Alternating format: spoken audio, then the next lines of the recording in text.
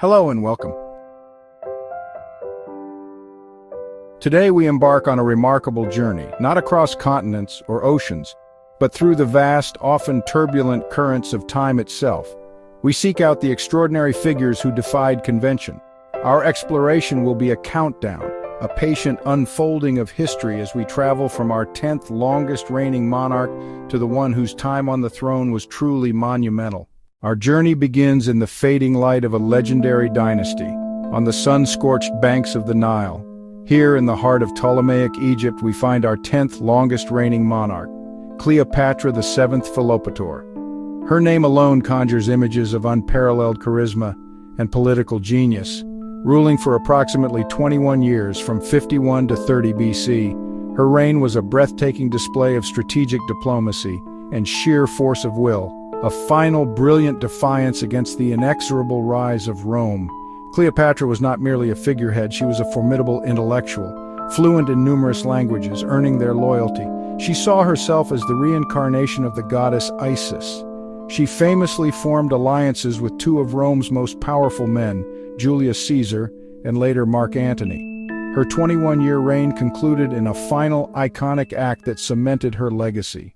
We now travel further back nearly 15 centuries before Cleopatra to the zenith of Egypt's new kingdom. Here we encounter a ruler whose story was almost erased from history. Our ninth monarch is Hatshepsut, a woman who ruled not as a queen regent but as a full-fledged pharaoh for approximately 22 years.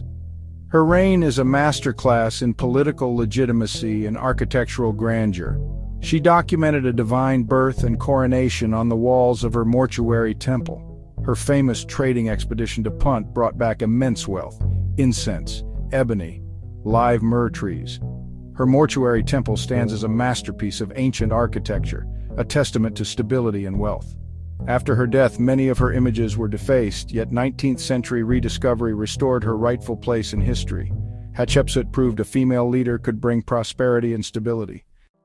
Our historical pilgrimage takes us deeper still into the mists of Egyptian antiquity, to the close of the 12th dynasty, around 1806 BC. Here we find our 8th longest reigning ruler, Sobekneferu. Unlike Hatshepsut, Sobekneferu's surviving statuary blends masculine and feminine attributes. Inscriptions credit her with building projects at sites including Hawara, home of the famed labyrinth. A cylinder seal bearing her name attests to her administrative reach. Her short reign nevertheless set a precedent, the possibility of women holding ultimate power in the land of the Nile. She was a pioneer, the first of her kind. Number 7, Wu Zetian, the Dragon Empress. So we now leave the deserts of Africa and travel east. It's here that we meet a figure of truly astonishing ambition and political ruthlessness, the only woman in more than 3,000 years of Chinese history to rule in her own right as Empress Regnant. Our 7th longest reigning monarch is Wu Zetian, whose de facto rule and official reign combined lasted for nearly half a century, culminating in her own Zhou dynasty from 690 to 705 AD. She started as a low-ranking concubine to Emperor Taizong and later captured the heart of his son, Emperor Gaozong. Through brilliant and often brutal maneuvers, she eliminated rivals, becoming Empress Consort and the power behind the throne. She reformed the civil service, promoting merit and strengthening the bureaucracy. At the same time, she used secret police, purges, and executions to neutralize threats. She was also a great patron of Buddhism and oversaw territorial expansion and infrastructure. In 705 AD, ill and forced to abdicate, her dynasty was restored, but her impact endured. Wu Zetian remains one of history's most controversial and compelling figures. Number 6, Empress Dowager Cixi, the power behind the curtain. We remain in China but leap forward over 1,000 years to the late Qing dynasty. Here in the 19th century, a woman who never reigned as emperor effectively controlled China for 47 years. From 1861 until her death in 1908, Cixi distinguished herself with intelligence and literacy, helping an ailing emperor with state documents.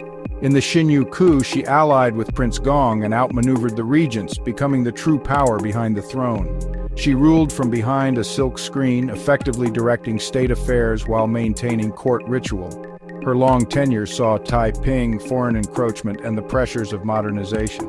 She backed limited modernization, shipyards, arsenals, but resisted broad political reform that might weaken her hold. When the Guangxu emperor attempted reform, she crushed the movement and placed him under house arrest. A survivor who navigated a treacherous political landscape, she was the final matriarch of a dying dynasty. Her legacy remains deeply controversial. Number 5, we now sail west to the shores of a small island nation destined for global influence, 16th century England. Here we find one of history's most iconic monarchs, Queen Elizabeth I, the Virgin Queen.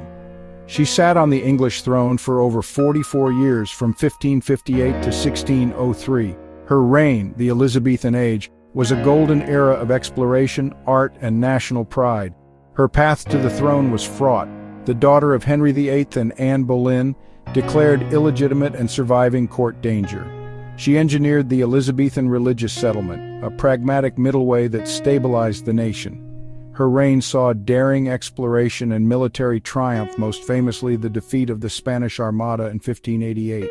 Charismatic and strategic, she cultivated the image of the Virgin Queen, married only to her realm, and left a cultural legacy that endures. We remain in Great Britain. We jump forward nearly 3 centuries to an era that would bear her name. Our 4th ruler is Queen Victoria. Her reign lasted 63 years and 7 months, from 1837 to 1901. The Victorian era saw the British Empire reach its zenith, a quarter of the globe under its sway. Industrial and social change reshaped society. Factories, railways, invention. Her marriage to Prince Albert became a deep partnership and shaped public life. The Great Exhibition of 1851 exemplified Victorian confidence and progress. After Albert's death, she mourned deeply and became a symbol of continuity. She was the grandmother of Europe, Empress of India, 63 years that shaped modern politics and culture. Number 3, Empress Matilda, the Lady of the English. For our 3rd longest reigning female ruler, we step into the anarchy of 12th century England. She was Henry I's only surviving legitimate child. His barons swore to recognize her as successor. When Stephen seized the throne, England plunged into nearly 2 decades of civil war. Matilda commanded armies, directed sieges, and negotiated with nobles from her strongholds. She endured dramatic setbacks, including a daring escape from besieged Oxford, slipping through snow to safety. Though never crowned, her persistence secured the throne for her son by the Treaty of Wallingford. Her 19-year struggle ensured her lineage, the Plantagenets, would rule for centuries. Number 2, Queen Tamar of Georgia, the King of Kings. We venture to the Caucasus and medieval Georgia at the turn of the 13th century. Declared co-ruler by her father and later sole monarch, her people bestowed the male title Mepe, King. Tamar presided over Georgia's golden age. Culture, learning, and architectural achievements flourished. She paired with the commander David Soslan, securing stunning military victories and territorial expansion. Her rule extended influence from the Black Sea to the Caspian, creating a pan-Caucasian empire. She patronized monasteries and literature. The epic The Knight in the Panther's Skin was composed during her reign. Revered and eventually canonized, Tamar remains Georgia's most venerated ruler. Her 29-year reign defined a golden age of strength, piety, and culture.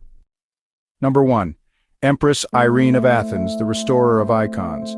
We travel to Constantinople in the late 8th century to a woman who ruled with an iron will. She first ruled as regent for her son, Constantine VI.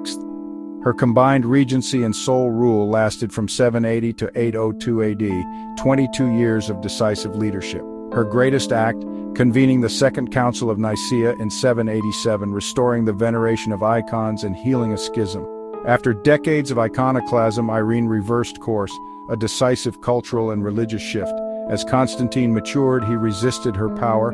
A bitter struggle for control followed. In a shocking episode, Irene ordered her son blinded and imprisoned, leaving her sole ruler. Her unprecedented rule prompted Pope Leo III to crown Charlemagne as emperor in the West, a direct challenge to Byzantine claims. She was deposed in 802 and exiled to Lesbos, dying shortly after.